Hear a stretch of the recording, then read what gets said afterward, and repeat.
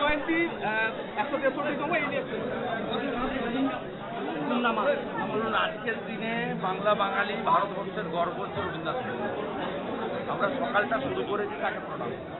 বলছি আর রাজ্যের মুখ্যমন্ত্রীকে বলবো, কবিগুরু মারা গেছিলেন 41-এ। আপনি একবার নেতাজির জন্মজয়ন্তীতে রেড রোডে দাঁড়িয়ে বলেছিলেন 48-এ রবীন্দ্রনাথ ঠাকুর এসে গান্ধীজিকে ফলের রস খাইয়েছিল। আপনি দয়া করে এই ভুলগুলো আর করবেন না। এই ভুলগুলো আর অন্তত রবি ঠাকুরকে নিয়ে, মাতঙ্গিনী হাজরাকে নিয়ে এইসব ভুল কথা আর বলবেন না। আজকের দিনে আপনার কাছে এটাই প্রার্থনা। দাদা, হাইকোর্টে চাকরি বাতিল হলে বলছেন সেটা বিজেপি কিনে নিয়েছে বিচার ব্যবস্থা, আর সুপ্রিম কোর্টে যখন সুবিধা দিতে তখন বলছেন ওটা ইন্টারিম প্রতিকার। কালকেই চোর মমতার এসএসসি বলেছে 8,000 চাকরি বেআইনি করে পেয়েছি। আমাদের চাকরি খাওয়া নেওয়ার সঙ্গে কোনো বিষয় নয়। আমাদের কাজ হচ্ছে 2022-এর 5ই মে মন্ত্রিসভার মিটিং করে চোরেদের চাকরি রেগুলারাইজ করার জন্য চোর মমতার নেতৃত্বে মন্ত্রিসভা অতিরিক্ত শূন্যপদ তৈরি করেছিল। আমরা চাই 22 সালের 5ই মে ক্যাবিনেটে যারা ছিল তারা জেলে যাক, তাদেরকে আমরা জেলে দেখি।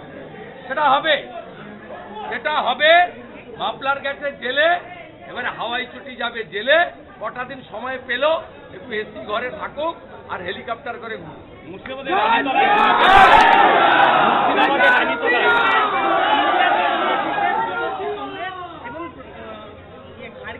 প্রত্যেকটা নেতাকে ইন্ডিয়া থেকে সমস্ত নেতৃত্বকে ফোন করে বিশেষ বৈঠকে আমন্ত্রণ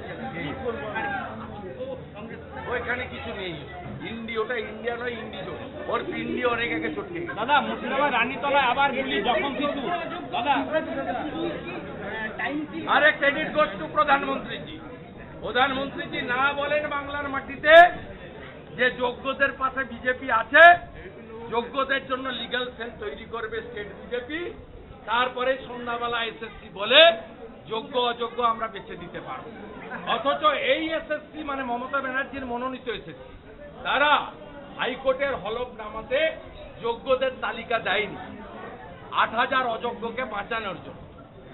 এবং জাস্টিসের যে জাজমেন্ট তার 242 নম্বর প্যারাতে উল্লেখ আছে, পশ্চিমবঙ্গ সরকারের স্কুল সার্ভিস কমিশন যোগ্যদের তালিকা না দেওয়ায়, ওএমআর এর মার্কশিট পুড়িয়ে দেওয়ায় আমরা বাছাই করতে পারলাম না, তাই প্যানেল বাতিল হল।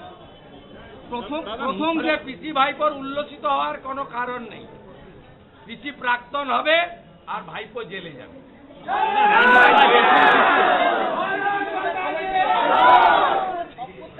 কিছু করতে পারবে না।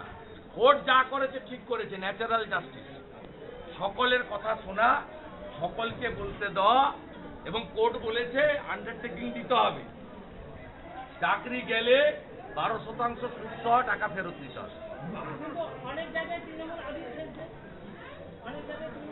আমরা তো এখানে মেদিনীপুরের লোক, পাশে উড়িয়া, আমাদের ঘরে উড়িয়া কথাও চলে। উড়িয়া বাংলা মিশিয়ে একটা আমাদের আলাদা কথা আছে। আমরা এখানে একটা বলি মিঠা পাও মনকে, মিঠা কৌ মনকে পাও, মিঠা কৌ মনকে পাও। দাদা, রানীতলায় আবার গুলি। এর মানে হচ্ছে যে মিথ্যা কথা হোক যেন মনে ধরে। কারণ পিসিকে তো মিথ্যা কথা বলতে হবে, কারণ কালকে চতুর্থ তৃতীয় দফা পর্যন্ত পিসি হেরে ভূত হয়ে গেছে। বাকি দফাগুলো তো মানে দফা রফা হয়ে যাবে। দাদা, দ্বিতীয় দফার ভোটে শতাংশে গরমিল, কংগ্রেস এবার সরব হয়েছে। প্রথম দ্বিতীয় দফার ভোটে ফালতু। দাদা, রানীতলায় শিশু সহ জখম 3। বলছেন যে বারবার নিজেদের যোগ্যতা প্রমাণ দিতে হচ্ছে, এটা কার্যকর। এর জন্য দায়ী মমতা ব্যানার্জি। আমি অনামিকা দিদিমণিকে বলবো মমতা ব্যানার্জিকে প্রাক্তন করে দেন। এই বদনাম আর কোনোদিন শুনতে হবে না। দাদা, মুর্শিদাবাদের রানীতলায়